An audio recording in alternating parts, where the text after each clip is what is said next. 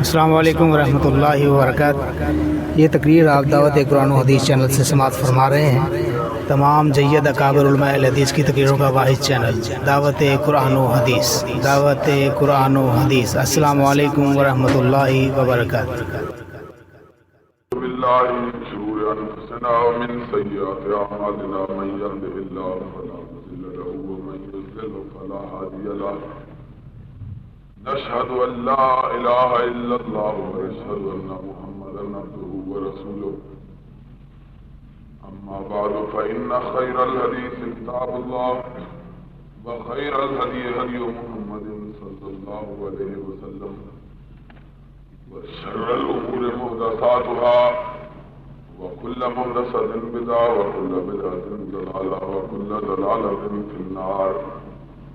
أعوذ بالله السميع العليم من الشيطان الرجيم. بسم الله الرحمن الرحيم.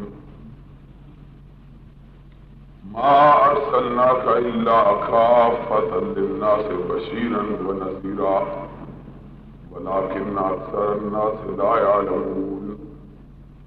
صدق الله مولانا العظيم. حضرات، میں انتہائی تھکا ہوا ہوں، اس لیے کہ مسلسل خطابات اور پے بپے تقاریر نے اعصاب آختہ کر دیے ہیں۔ آج صبح بھی ایک جگہ خطاب تھا، رات بھی خطاب، اور آنے والی رات بھی خطاب، اور اس سے بعد بھی بغیر وقفے کے۔ لیکن حضرت مولانا حافظ عبدالحق صاحب صدیقی، ان کا حکم پہنچا اور ہمیں ان کے حکم کے ٹالنے میں کوئی گنجائش نظر نہ آئی۔ ویسے بھی ہم ان سے ڈرتے ہیں، تو اس لیے حاضری لازمی اور ضروری سمجھی۔ میں سمجھتا ہوں کہ آپ حضرات کی محبت میں کچھ اثر ہے، اور کچھ دوستوں کے تقاضوں کا پاس، اور کچھ اس سے بھی زیادہ تھوڑی سی ضد اور ہٹ کہ کہیں حکومت یہ نہ سمجھے کہ شاید ان کی دھمکیوں سے ہم مرعوب ہو کر گھروں میں بیٹھ گئے۔ کچھ یہ بات بھی ہمیں گھر میں بیٹھنے نہیں دیتی۔ لوگ کہا کرتے ہیں کہ شریف کا منہ لال ہو تو اپنا پیٹ پیٹ کے سرخ کر دیا جاتا ہے۔ مجھے پتا چلا کہ میرے دوست حنیف رامے صاحب گگو منڈی جا رہے ہیں۔ میں نے کہا اگر میں ساہیوال نہ گیا تو کہیں گے کہ بھاگ گیا ہے۔ میں نے کہا آپ کو ضرور ہی جانا چاہیے۔ تو بات کچھ ایسی ہی ہے کہ ہم اس مرحلہ پر یہ بتلانا چاہتے ہیں کہ ہمارے اعصاب تو تھک گئے ہیں، گلے پک گئے ہیں، لیکن یاد رکھو جب تک زبان میں قوت ادا باقی ہے تب تک محمد عربی کی ختم نبوت کی پاسبانی اور چوکیداری کرتے رہیں۔ ماشاءاللہ، واہ واہ،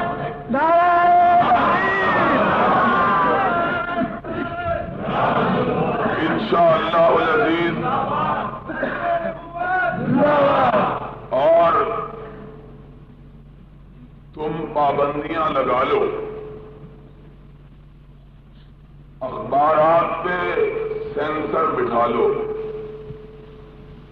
خبروں پہ قدغنیں عائد کر دو کہ لوگ یہ سمجھیں کہ شاید یہ تاریخ مٹ چکی، لیکن ہم کریا کریا، بستی بستی، کوچا کوچا، بازار بازار اور شہر شہر پہنچ کر تمہیں یہ بتلائیں گے کہ جب تک پاکستان میں سرور کونین کا ایک غلام بھی باقی ہے یہ تحریک مٹ نہیں سکتی۔ ماشاءاللہ۔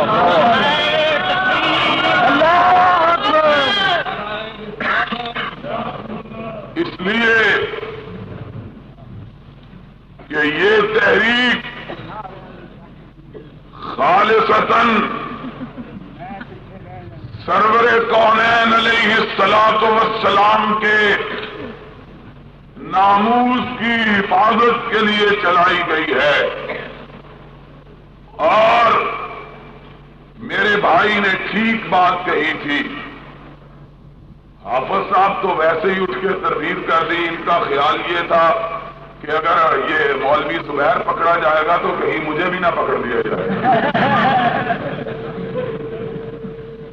ویسے اس نے بات ٹھیک کہی تھی، اور اس کا صفایا کرنے سے مطلب یہ نہیں تھا کہ ان کو ختم، ان کو مار دیا جائے، مطلب یہ تھا کہ ان کا تصفیہ کر دیا جائے کہ یہ مسلمان بن کے اب اس امت میں، اس ملت میں، اس ملک میں باقی نہیں رہ سکتے۔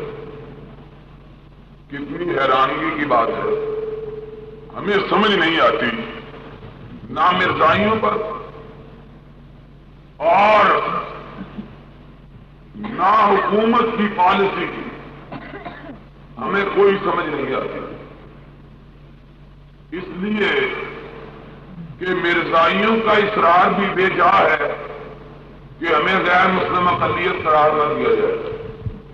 بھائی آپ خود اپنے آپ کو غیر مسلم سمجھتے ہیں تو پھر اگر ہم آپ کو کہیں کہ آپ غیر مسلم ہیں تو اس میں تکلیف کی بات کیا ہے؟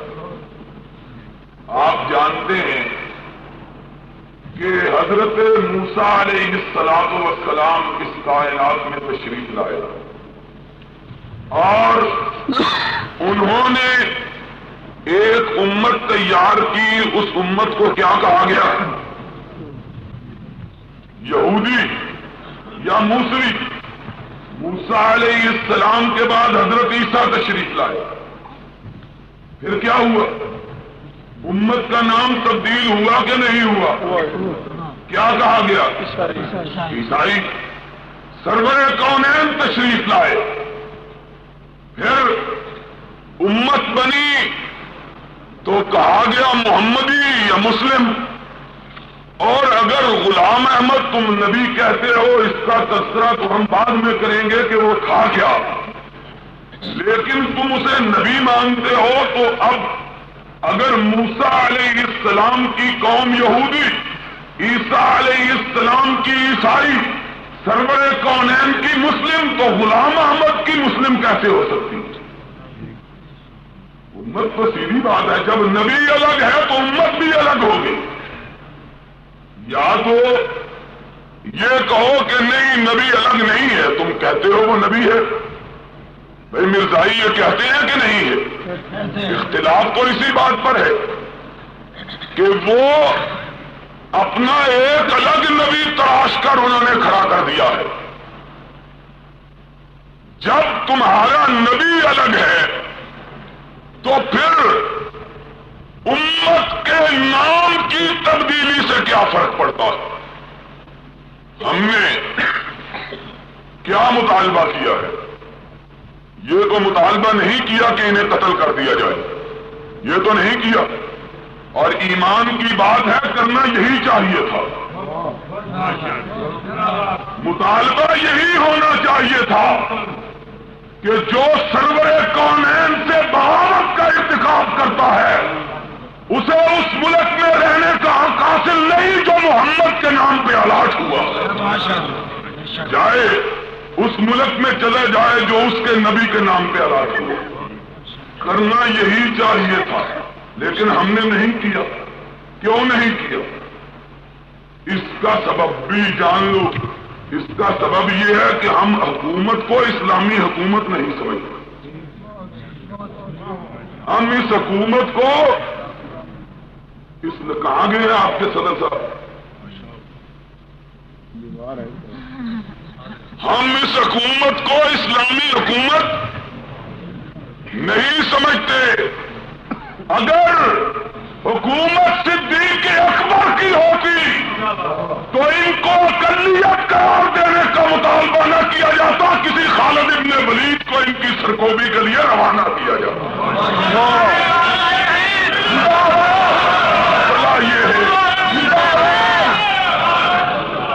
مسئلہ یہ ہے کہ ہم ذوالفقار علی بھٹو کو امیر المومنین نہیں سمجھتے, ہم اسے نہیں مانتے امیر المومنین. بعض بے وقوف مولوی مجھے ان کی تقریریں سننے کا بدقسمتی سے اتفاق ہوا, کہنے لگے بھٹو صاحب یہ مسئلہ تم حل کر دو, ہم تمہیں امیر المومنین مان لیں گے. لیکن میں نے اٹھ کے کہا کہ قاتل المومنین کو امیر المومنین نہیں مانا جا سکتا. نذیر شہید کا خون, خواجہ رفیق کا خون, اس ضلع کے عبد الوحید کا خون جس کے آستینوں پہ ہے اس کو امیر المومنین کا لقب نہیں دیا جا سکتا. ہمیں ابھی وہ دور نہیں بھولا جب ملتان کے بوڑھے سفید داڑھی والے عبد الغفور سے بدکاری کا ارتکاب کروایا گیا. ہم نہیں بھولے ہیں, تم بھول جاؤ, تمہاری مرضی ہے کہ اوقاف کا مال آنکھوں کو اندھا کر دیتا ہے. تم بھول جاؤ, ہم نہیں بھول سکتے کہ اس دور میں علماء کے رانوں پر فاحشہ عورتوں کو بٹھایا گیا ہے. ہم نہیں بھول سکتے. تم بھولنا چاہو بھول جاؤ, لیکن ہمیں معلوم ہے کہ شرفا کی کمر کی ہڈیوں کو توڑا گیا ہے. تم بھول جاؤ, فراموش کر دو, تمہیں حق حاصل ہے. لیکن ہم فراموش نہیں کر سکتے کہ اسی دور میں ایک بدبخت پولیس والے نے قرآن کو اپنے پاؤں کی ٹھوکر ماری ہے. تم بھول جاؤ, ہم فراموش نہیں کر سکتے, ہم نہیں بلا سکتے. تم امیر المومنین جس کو چاہو بنا دو. تمہاری نگاہوں کا, تمہاری نظروں کا کیا ہے کہ جس کو چاہو نہال کر دو, جس کو چاہو خانہ خراب کر دو. کہ احسان دانش نے کہا تھا کہ نظر کی جولانیاں نہ پوچھو, نظر حقیقت میں وہ نظر ہے, اٹھے تو بجلی پناہ مانگے, گرے تو خانہ خراب کر دے. تمہاری نظر کا کیا ہے؟ تم جسے چاہو نہال کر دو, جسے چاہو تو ایک دل پہ سمرقند و بخارا بخش دو. تمہارا کچھ بھی نہیں بگڑتا, لیکن ہم نہیں مانتے. اور بیت اللہ میں کھڑے ہو کے کہتے ہیں اللہ کے گھر میں بھٹو اس مسئلے کو حل کر لے, اس کا اپنا نامہ اعمال, ہم اسے امیر المومنین خلیفۃ المسلمین ماننے کے لیے تیار نہیں ہیں. اس لیے کہ خلیفۃ المسلمین وہ نہیں ہوتا جو اپنی راتوں کو کسی رنگدار پانی سے رنگین بنایا کرتا ہے. امیر المومنین وہ ہوتا ہے جو رات کی تاریکی میں اپنے دارالخلافے کی گلیوں میں گھوما کرتا اور چکر لگایا کرتا ہے. تم نے امیر المومنین کو جانا ہی نہیں, تمہیں معلوم ہی نہیں, تم نے سمجھا ہی نہیں. اور امیر المومنین کیا ہے؟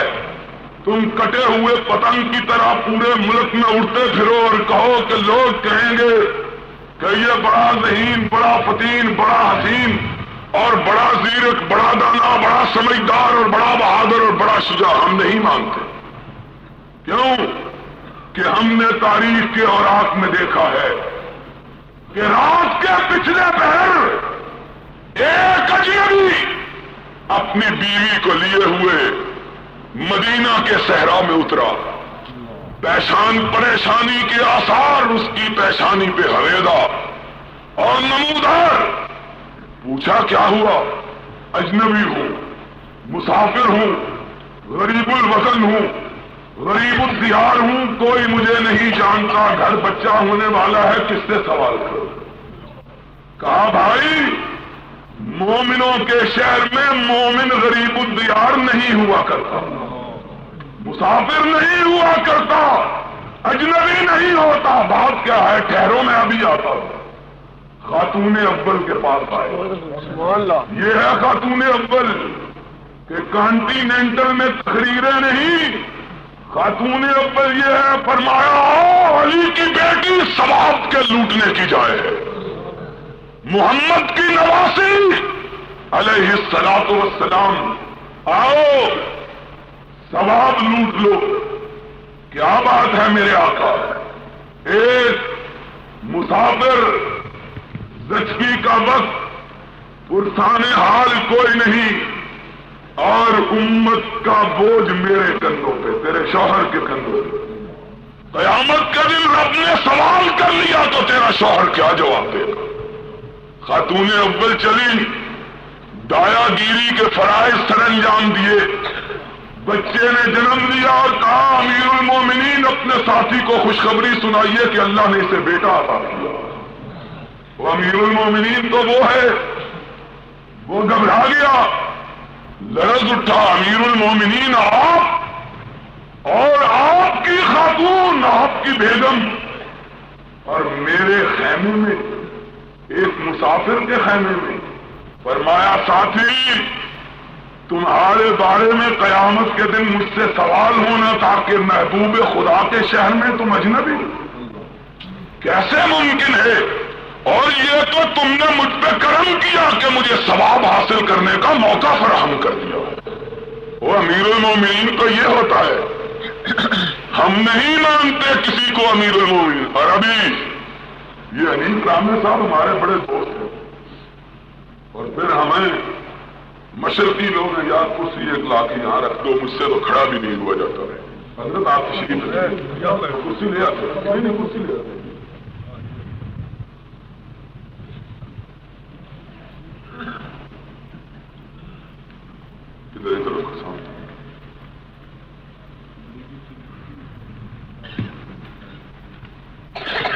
اور ہمیں مشرقی تہذیب کے ہم لوگ ہیں کہ جو ہم سے ہنس کے بول لیتا ہے اس کے بارے میں ذرا تلخ بات کہتے ہوئے حیا آتی ہے، وگرنہ ہم نے حنیف رامے کے منہ پہ کہا تھا دوست تم نے پتہ نہیں قرآن کہاں پڑھا ہے، ابھی 10-15 سال مسجد کی چٹائیوں پہ بیٹھ کے اللہ کی قرآن کو پڑھو، تمہیں پتہ چلے کہ قرآن کیا ہے۔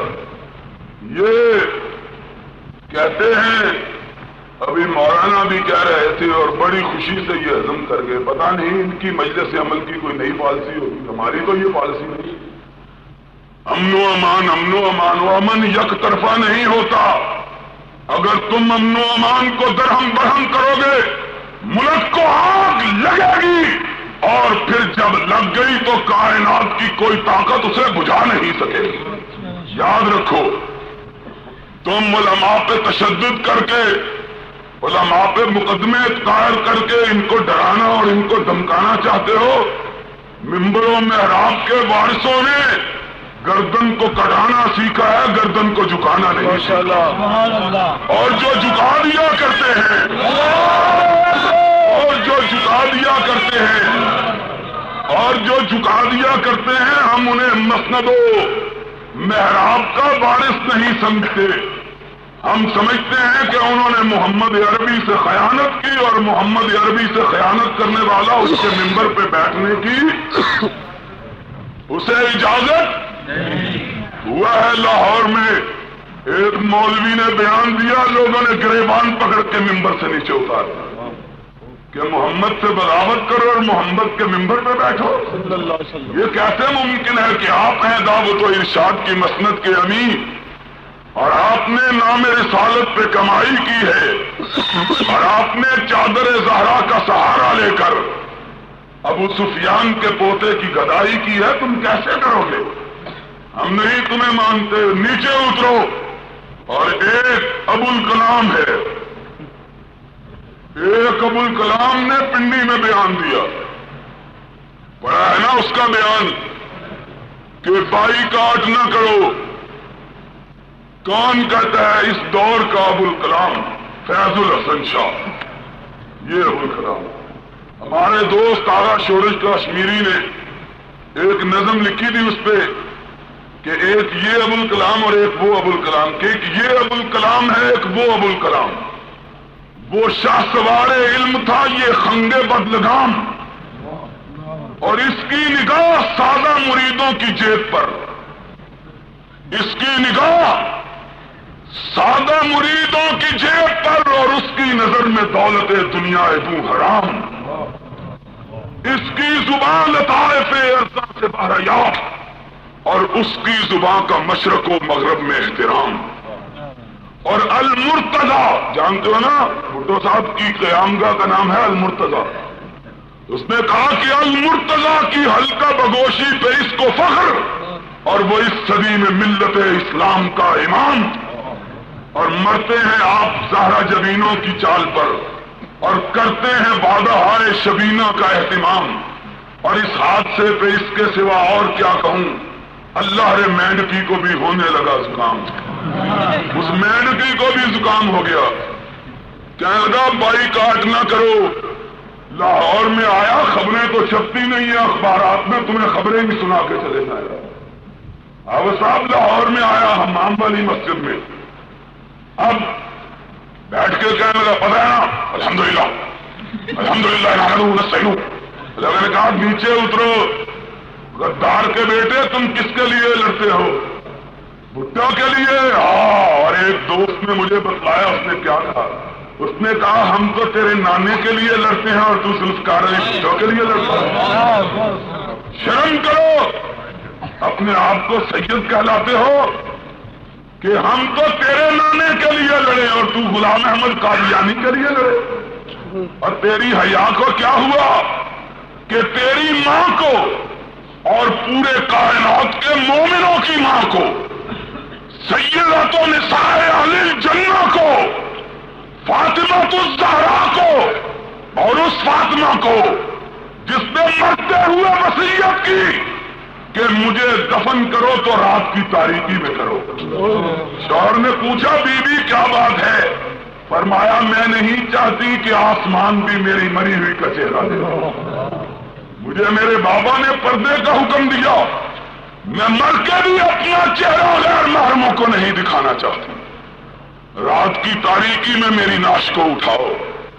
اور اس کے بارے میں جس نے یہ کہا کہ میں نے دیکھا کہ اس کی ران پہ میں نے اپنا سر رکھا ہوا، اور اس بدبخت کے لیے لڑتے ہو، اس بدماش کے لیے، خدا کی قسم تمہاری غیرت کو کیا ہوا ہے، تمہاری حمیت کہاں مر گئی ہے؟ اور صاحبزادہ پھر چوہوں کی طرح وہاں سے نکل کے بھاگا، چوہوں کی طرح نکل کے بھاگا، پولیس آئی، فیڈرل سیکورٹی فورس آئی، سفید کپڑوں میں باوردی پولیس کے سپاہی آئے سفید کپڑوں میں، لیکن کون اس کو بچائے جس نے نبی کی غصہ میں ڈوبی ہوئی نگاہ پر گئی؟ اس کو کون بچائے گا؟ بھاگا وہاں سے، دوسرے دن بیان دیا میں نے تو اعلان نہیں کیا تھا، ابھی ایک فیض الحسن نہیں ایک مولوی اعلان کرے گا، یہ اوقاف کے ملا ان کو کہتا ہوں جنہوں نے ملازمت کے عوض اپنے ضمیر کو فروخت کر دیا۔ اوقاف میں ایسے قابل احترام علماء بھی موجود ہیں کہ جن کے قدموں میں بیٹھنا سعادت دارین کو حاصل کرنا، ایسے لوگ موجود ہیں اوقاف میں، لیکن وہ لوگ جو اپنی ملازمت کے لیے سرور کائنات کے ناموس کا سودا کرتے ہیں، انہیں یاد رکھنا چاہیے کہ دنیا میں بھی ان کے حساب کا وقت آ گیا اور آخرت میں بھی ان کے محاسبے کا دن آنے والا، وہ نہیں بچ سکتے، ان کو کائنات کی کوئی طاقت پناہ نہیں دے سکتی ہے۔ تو میں بات یہاں سے شروع کر چکا تھا کہ ہمیں کہنا یہی چاہیے تھا کہ ان کا صفایا کرو، لیکن ہم نہیں کہتے، جان بوجھ کر نہیں کہتے، مسئلہ کو سمجھتے ہوئے نہیں کہتے۔ یہ نہیں کہ ہم مسئلہ نہیں جانتے ہیں، لیکن ہمیں دو مسئلوں کا اور بھی علم ہے۔ ایک یہ ہے کہ قانون کو رعایا اپنے ہاتھ میں نہیں لے سکتے. قانون کا نفاذ رائی کا کام ہے، حاکم کا کام ہے، سلطان کا کام ہے کہ وہ قانون کو نافذ کرے. اور دوسری بات یہ ہے کہ یہ مطالبہ امیر المومنین سے کیا جا سکتا ہے، خلیفۃ المسلمین سے کیا جا سکتا ہے، اسلامی حکومت کے سربراہ سے کیا جا سکتا ہے، اپنی راتوں کو رنگین بنانے والوں سے نہیں کیا جا سکتا. ہم پاکستان کو مسلمان ریاست سمجھتے ہیں. دوستو اس فرق کو اچھی طرح سمجھ لو. ہم پاکستان کو مسلمان اسٹیٹ سمجھتے ہیں، اسلامک ریپبلک نہیں سمجھتے. ہم اسے اسلامی ریاست نہیں مسلمان ریاست سمجھتے ہیں. اسلامی ریاست وہ ہوتی ہے جس میں حکم چلتا ہے، سکہ چلتا ہے محمد عربی کا علیہ السلام، اور جس پہ قانون لاگو ہوتا ہے کہ اگر، اور نبوت کا انکار تو بڑی بات ہے، کسی دوسری نبوت کا اعتراف تو بڑی بات ہے، اگر نبی کو نبی مانتے ہوئے کوئی اس کی بات کو رد کر دیتا ہے اور پھر آتا ہے اور فیصلہ مانتا ہے تو کہا جاتا ہے کہ نبی کی بات کو رد کرنے والے کا فیصلہ زبان سے نہیں بلکہ تلوار سے کیا جائے. معلوم ہے کہ نہیں معلوم؟ تمہیں پتا ہے کہ نہیں پتا؟ ہمارے دانشور وزیر اعلیٰ نے فرمایا، فاروق اعظم رضی اللہ تعالیٰ عنہ کا ارشاد ہے کہ اگر میری سلطنت میں کوئی کتا بھی بھوکا مر جائے تو میں اس کا جواب دے ہوں گا. ٹھیک ہے میرے دوست، فاروق اعظم نے یہ فرمایا ہے. کہتا ہے جب کتا کو مرنا گوارا نہیں کیا جا سکتا تو مرزائیوں کا بائیکاٹ کیسے گوارا؟ لیکن میں نے کہا میرے دوست، تو نے فاروق کی سوانح پوری نہیں پڑھی ہے. تجھے مسئلے کا پوری طرح علم نہیں ہے. وہی فاروق جو کتے کا مرنا گوارا نہیں کرتا، محمد کے باغی کا زندہ رہنا گوارا.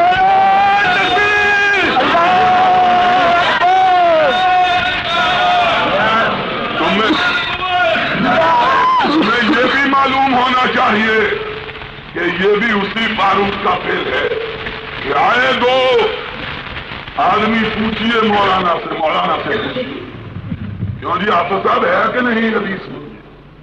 وہ ہاں تو کر دو، ہاں پر تو مقدمہ نہیں چلتا. حدیث پاک میں آیا، دو آدمی آئے، اور یہ ہمارا شیر ڈرنے والا نہیں ہے، یہ تو ویسی بات ہے، اس پر تو بغاوت کا مقدمہ چلا تھا. یہ بھی حدیث پاک میں موجود ہے کہ آئے دو اشخاص، ایک یہودی اور ایک اپنے آپ کو مسلمان کہہ لیا تھا، سرور کونین کے پاس، رسول الثقلین کے پاس، نبی مکرم کے پاس، رسول معظم کے پاس، سرور عالم کے پاس علیہ السلام.